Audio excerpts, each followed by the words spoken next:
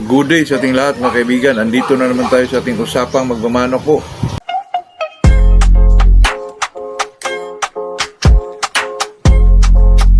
Magandang umaga sa ating lahat mga kaibigan. Bago ito mag-umpisa, shoutout muna tayo kay Gaudencio Baksal. Good morning sa iyo, tol. Gaudencio pala.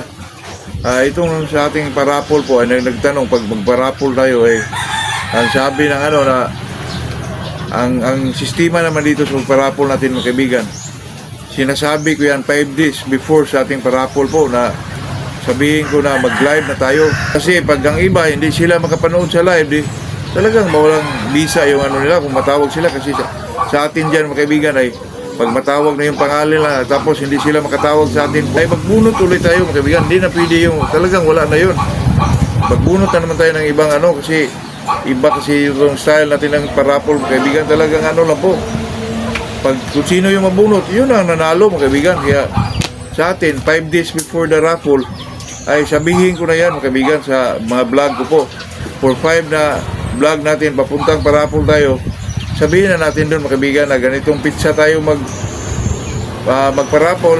Live tayo dito sa pizzang to. Kailangan talaga na manood kayo sa video ko mga kaibigan, kasi pag makaligtaan mo yun, mabasa ka, hindi mo malaman po. Sunod na ulit tayo mga kaibigan sa bago na naman nating mananalo mga kaibigan. Yun na po. Hindi na ako mabahala mga kaibigan kahit anong style, basta kayo nakaka-comment ka lang dyan, kaya pasok ka na po kasi ang daming comment mga kaibigan na pasali idol. Talagang sali na kayo mga kaibigan pag nakita ko sa comment section po. At saka may review mo nyo naman yan, kasi yung mga entrante natin bago tayo mag-umpisa ay basahin natin mga kaibigan. Kung hindi kayo nabasa, comment na kayo para isali kayo po. Yun lang kasimple mga kaibigan. Napaka-practical lang po mga kaibigan. Kaya sa 5 days before pagparapol, pero matagal-tagal pa yun mga kaibigan, kasi iuna natin yung pahulugan natin na i-ship. Tapos pangalawa na itong parapol natin para naman medyo may may oras tayo na ihanda po. Kaya yun lang mga kaibigan. Ang pag-usapan natin mga kaibigan ay itong anong bloodline ba talaga na naayon sa atin, maalagaan, lalo na pag ikaw ay isang baguhan po. Tayo naman mga kaibigan, palagi ko na itong sinasabi na paiba-iba tayong paniniwala po, pero sa akin mga kaibigan bilang isang magmamanok din, matagal na rin. So lalo na sa baguhan mga kaibigan, ang bloodline talaga na mga kaibigan, itong sweater talaga. Kasi ang sweater mga kaibigan, kahit saan mo i-cross, magpalabas siya ng magagandang manok po. Kaya ito kasi mag-breed tayo. Nakita natin na example lang mga kaibigan, round-head hatchback. Ang kulay mga kaibigan talagang hindi katulad ng sweater. May cross mo yan sa ibang manok, lalo na sa mga gold. Naku mga kaibigan, ang gandang lumalabas po. Kahit i-cross mo yan sa mga dark na fowl mga kaibigan, magpalabas pa rin yan ng medyo light. Kaya ma-enjoy tayo kasi naman minsan mga kaibigan, ito kasi mananabong tayo or magmamanok tayo. Tayo nga pag matalo tayo parang nawalan tayo ng gana mga kaibigan na nawalan tayo ng gana na magpatuka sa ating mga manok kasi natalo tayo, di ba?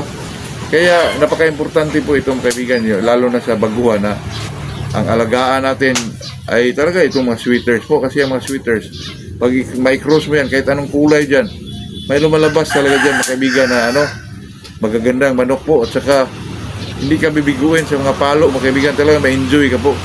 Para naman ma-enjoy tayo sa mga ginagawa natin, ay talagang yung manok natin ay talagang mas maganda, yung medyo mapurma, magandang manok. Kasi ang sweaters mga kaibigan, di naman natin ipagkaila yan na maganda purmahan ng mga manok na yan. Kahit saan mo i-cross mga kaibigan, sa mga abuhin, sa gold, bulik, talagang malabas mga kaibigan na purmado ang isang manok. Hindi naman lahat, pero makitaan mo talaga na sa 6 na mapulos mo ay may 2 o 3 ba dyan na medyo magaganda po. Kaya sa akin mga kaibigan ay mai-recommend ko talaga yung sweaters talaga. Kasi depende na lang sa inyo kung sang-ayon din kayo sa akin. Pero sa akin mga kaibigan, ang sweaters kasi medyo lumilipad din ang manok, may mga saltada din, at saka may mga palo talaga. Kasi sa mga manok na sweaters, nakitaan ko yan sa 5K mga kaibigan na talagang umaangat po. Kahit saan mo may cross, lalo na sa mga bulik, nako. Ilang bisis ko na yan ay try mga kaibigan dati. Sa gold, sa bulik, talagang magagaling po. Totoo yan kasi ang mga bulik naman ay parang mga round head din yun. Itong mga gold, lalo na.